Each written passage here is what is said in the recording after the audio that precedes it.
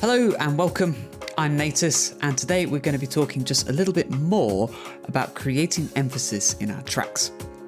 The two techniques that I'm going to be covering in this short video are using leading lines and also gradually increasing the range. And I'll show you just what I mean by those once we head into Cubase. Here's a little project that I've just made for this video. It's got some strings and some woodwinds and a piano as well. Let's have a quick listen.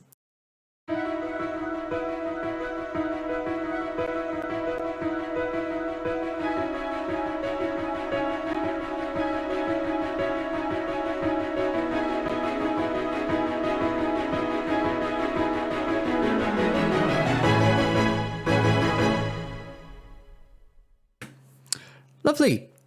So, on initial listening, I think we can gather just about what's going on. There's a fairly wide chord with lots of cellos low down and violins nice and high up that we're leading to, which happens at bar 13. That is our climax point. And the rest of it is basically just a build up to that point. So it's the build up that we're interested in. How do we get that nice smooth transition from a small sound to that big sound? Well, if we look at our chord, if I open the strings here, like I said before, we've got some really deep stuff going on, some high stuff going on, and it creates quite a wide sound. So a great way to create contrast is to start at exactly the opposite. So we're sort of in the middle with maybe one note going, maybe two notes, but very minimal, very narrow, so that we're creating the most contrast possible when we get to that point at bar 13. So let's have a quick look at the strings here.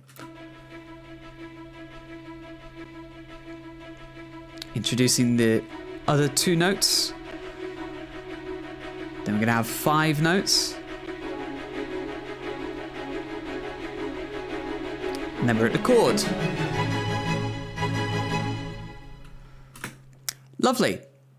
However, if I were to take out these lines, this chord would hit rather suddenly. Let's have a listen from bar 9.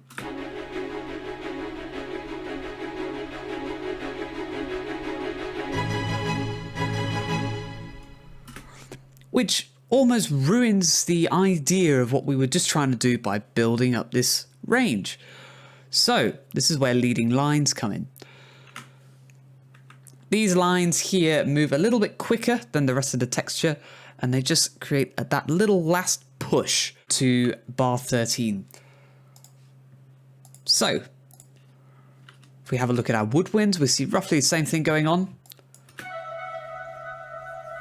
Start with a pretty quick ostinato. I wouldn't give that to your woodwind players. There's no breaths.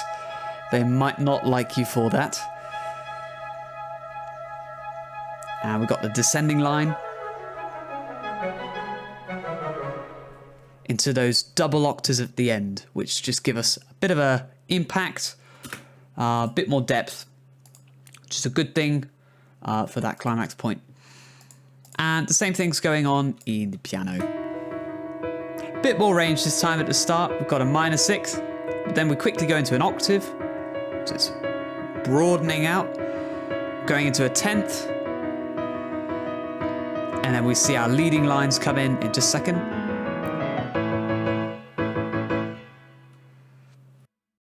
So there you have it. There's a quick little tip on how to use expanding range and those cheeky little leading lines going in at the end there to help emphasize the climax point.